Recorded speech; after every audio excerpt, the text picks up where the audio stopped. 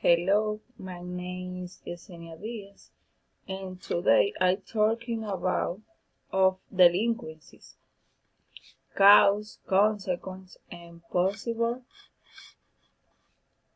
solution.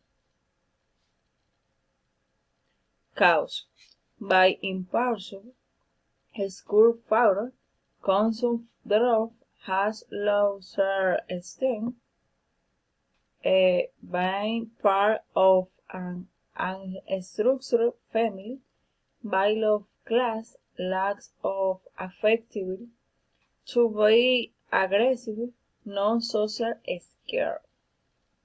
Consequence: main consequence of crimes: family disintegration, violence there,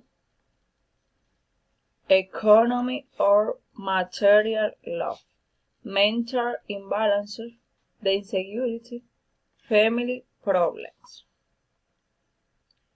The possible solutions are conduct motivation, third, increase in job, educated are people, give you social assistance and emotional support.